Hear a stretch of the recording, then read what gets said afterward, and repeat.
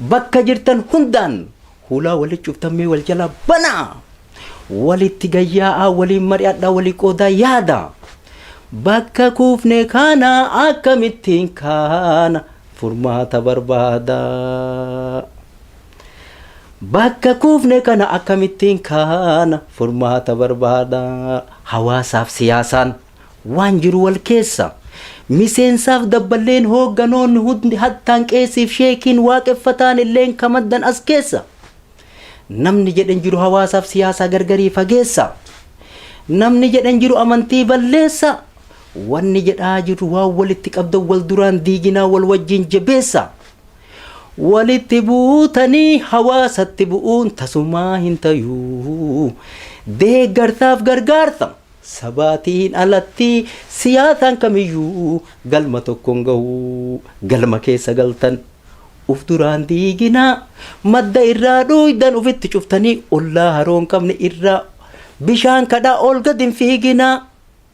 osoo wal taatanii isinuu dureeyyii waa hunduma qabdu amma gaafii hin jabduun harkaanu qabdu silaa biyyaaf angoon diina harka jirti isin riphee lolaaf baqataaf baqattuun anallee dabali maal irra wal dhabnaa maal irra wal dhabdu bara dhufaaf dabra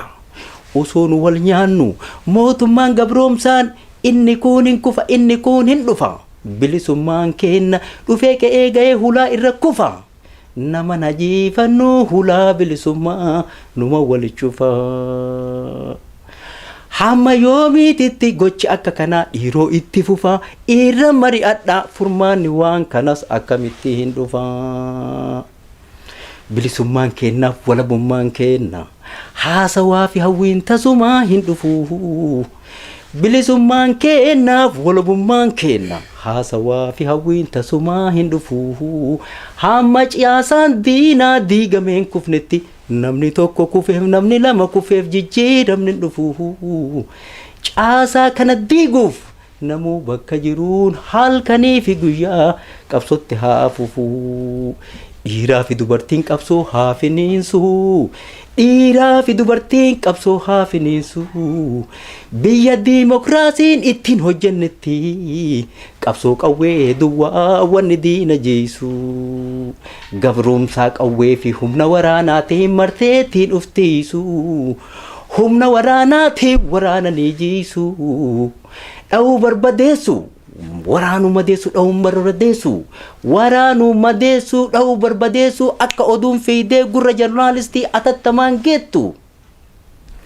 gaafa joornaalistii namarraa dubbate ka addunyaan illee waan namaa dhageettu gaafa abbaan irree ufii agrisiise ka addunyaan illee alaabaa fi biyyas kaartaa ufii gubbaa sirnaa namaa keettu akka kanatti keessaa bahan malee haasawaa duwwaan ta'anii keessaa hin bahanii isiniin jedha kana. Galatoomii Artist Umar Suleeman biyya keessaa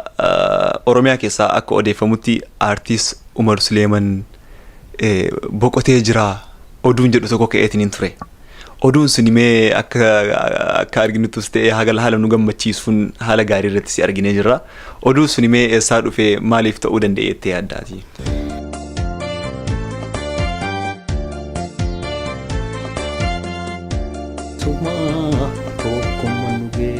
furtuun bilisummaa beeytanii tokkummaa tokko tokkoon fiiguun nun geenne eessumaa nun geessu eessumaa.